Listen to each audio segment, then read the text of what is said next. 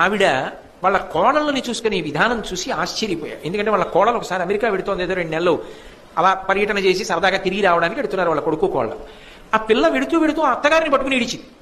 అత్తయ్య 2 నెలలు నిన్ను విడిచిపెట్టి ఉండలేను అత్తయ్య, ఆయన రమ్మంటున్నారని వెళ్తున్నాను. నాకు ఆశ్చర్యం వేసింది, ఏమిటి కోడలు అత్తగారిని పట్టుకుని ఏడవడం ఏమిటి, 2 నెలలు ఉండలేని అత్తయ్య అని చెప్పి ఆ రోజు వాళ్ళ ఇంట్లో నేను పలహారం చేస్తూ ఆయనతో అన్నాను, అయ్యా బహుశా మీ అమ్మగారు మీ భార్య గారిని చాలా ప్రేమతో చూసి ఉండాలి, అదే సంస్కారం మీ ఆవిడకి కూడా వచ్చింది, కోడలను అంత ప్రేమగా చూస్తున్నారన్నాడు.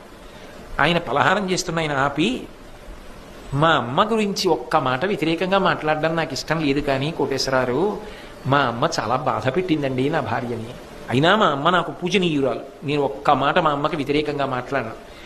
నా భార్య ఎప్పుడు ఒక మాట అనేది, నా కోడళ్ళు మాత్రం ఇలా బాధపడకూడదు, వాళ్ళని గుండెల్లో పెట్టుకు చూసుకుంటాననేది, అందుకే నా కోడళ్ళని మాత్రం నా భార్య